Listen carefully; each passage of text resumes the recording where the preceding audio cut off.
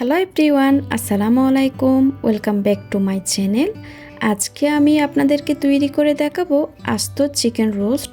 সাধারণত যে chicken roast যে সকল মশলা দিয়ে তৈরি করা হয় সেসব মশলা দিয়ে তৈরি করব, তবে খুব অল্প সময়ে শর্টকাট উপায়ে মজাদার চিকেন রোস্ট তৈরি করতে পারবেন এরকম একটা রেসিপি আজকে আপনাদের সাথে শেয়ার করব।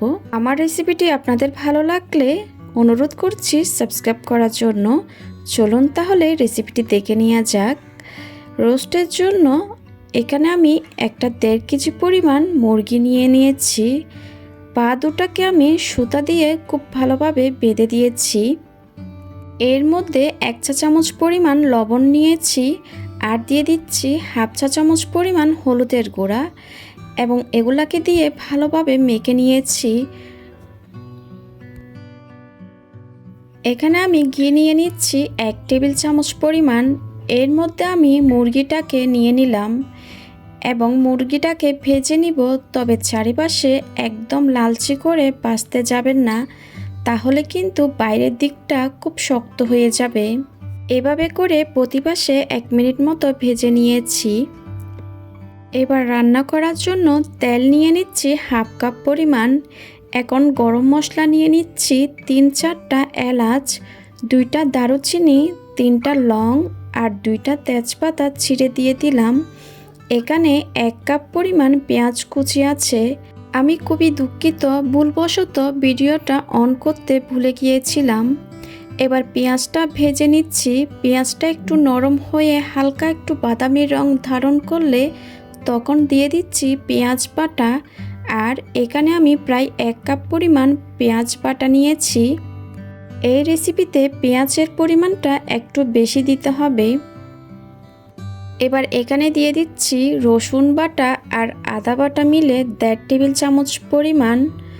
দিয়ে দিচ্ছি 1.5 টেবিল চামচ পরিমাণ বাদাম বাটা আর এখানে 1.5 চা চামচ পরিমাণ রোস্টের মশলা দিয়ে দিলাম। আপনারা যে কোনো ব্র্যান্ডের রোস্টের মশলা দিতে পারেন। মরিচের গুঁড়া দিয়ে দিচ্ছি 1/2 চা চামচ পরিমাণ। জয়ফল আর জয়ত্রীর গুঁড়া দিয়ে দিচ্ছি 1/4 চা চামচ পরিমাণ। এবার মশলাটাকে একটু ভালোভাবে কষিয়ে নিচ্ছি। 2-3 মিনিট মশলাটাকে কষিয়ে নেওয়ার পর গরম মশলা দিয়ে দিচ্ছি 1/4 চা চামচ পরিমাণ। টমেটো সস দিয়ে দিলাম 2 টেবিল চামচ পরিমাণ। এখন এই মশলাটাকে ভালোভাবে কষিয়ে নিব। আপনাদের যদি মনে হয় মশলাটা পুড়ে যাচ্ছে তাইলে একটু পানি দিতে পারেন।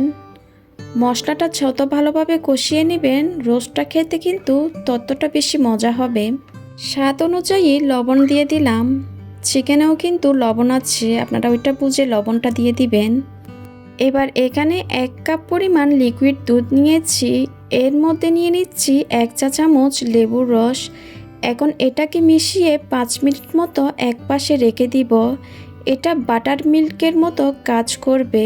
এভাবে করে ব্যবহার করলে মুরগির মাংসটা খুবই সফট হবে আর ভেতরটা জুসি হবে। মশলাটা খুব ভালোভাবে কষানো হয়ে গেছে, তেলটাও উপরে ভেসে উঠেছে। এই পর্যায়ে আমি মুরগিটা দিয়ে দিলাম। এবার মশলার মধ্যে এই মুরগিটাকে উল্টিয়ে পাল্টিয়ে আরও কিছুক্ষণের জন্য ভেজে নিব।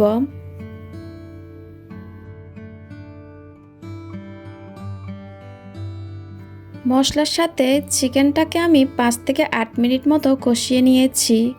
আপনারাও এভাবে খুব ভালোভাবে মশলার সাথে চিকেনটাকে কষিয়ে নেবেন।